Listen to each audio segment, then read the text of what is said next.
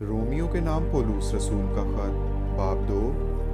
बसाए इल्ज़ाम लगाने वाले तो कोई क्यों ना हो, तेरे पास कोई उज़र नहीं, क्योंकि जिस बात का तू दूसरे पर इल्ज़ाम लगाता है उसी का तू अपने आप को मुजरिम ठहराता है। इसलिए कि तू जो इल्ज़ाम लगाता है खुद वही काम करता है, और हम जानते हैं कि ऐसे काम करने वालों की अदालत खुदा की तरफ से हक़ के मुताबिक होती है। आए इंसान, तू जो ऐसे काम करने वालों पर इल्ज़ाम लगाता है और खुद वही काम करता है, क्या ये समझता है कि तू खुदा की अदालत से बच जाएगा? या तू उसकी मेहरबानी और तहम्मुल और सब्र की दौलत को नाचीज़ जानता है और नहीं समझता कि खुदा की मेहरबानी तुझको तौबा की तरफ माइल करती है, बल्कि तू अपनी सख्ती और गैर तायुब दिल के मुताबिक उस कहर के दिन के लिए अपने वास्ते गज़ब कमा रहा है, जिसमें खुदा की सच्ची अदालत ज़ाहिर होगी। वो हर एक को उसके कामों के मुआफिक बदला देगा। जो नेकोकारी में साबित कदम रहकर जलाल और इज़्ज़त और बका के तालिब होते हैं उनको हमेशा की ज़िंदगी देगा, मगर जो तफिरका अंदाज और हक़ के नाम मानने वाले बल्कि नाराज़गी के मानने वाले हैं उन पर गज़ब और कहर होगा, और मुसीबत और तंगी हर एक बदकार की जान पर आएगी, पहले यहूदी की फिर यूनानी की, मगर जलाल और इज़्ज़त और सलामती हर एक नेकोकार को मिलेगी, पहले यहूदी को फिर यूनानी को, क्योंकि खुदा के यहाँ किसी की तरफदारी नहीं।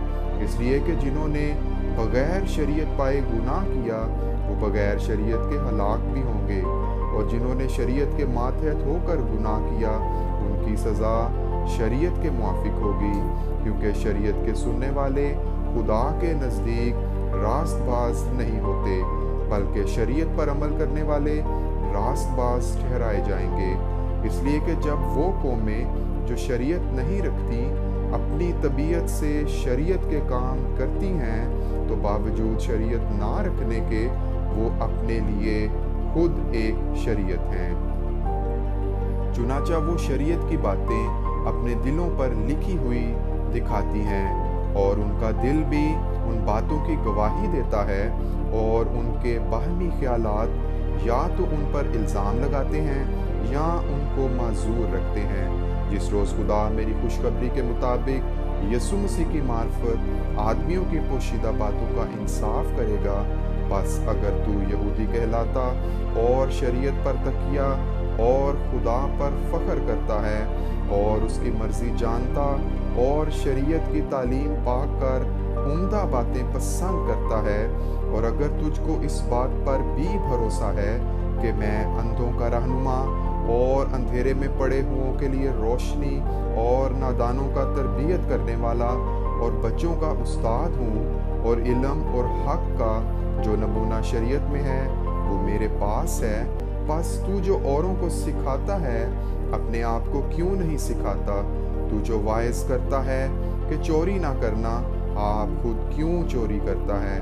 तू जो कहता है कि ज़ना ना करना, आप खुद क्यों ज़ना करता है? तू जो बुतों से नफ़रत रखता है, आप खुद क्यों मंदिरों को लूटता है? तू जो शरीयत पर फ़ख्र करता है, शरीयत के अदूल से खुदा की क्यों बेइज्जती करता है? क्योंकि तुम्हारे सबब से गैर कौमों में खुदा के नाम पर कुफर बका जाता है। चुनाचा ये लिखा भी है, खतना से फ़ायदा तो है बशर्ते कि तू शरीयत पर अमल करे, लेकिन जब तूने शरीयत से अदूल किया तो तेरा खतना नामख्तूनी ठहरा। बस अगर नामख्तून शख्स शरीयत के हुक्मों पर अमल करे तो क्या उसकी नामख्तूनी खतना के बराबर ना गिनी जाएगी?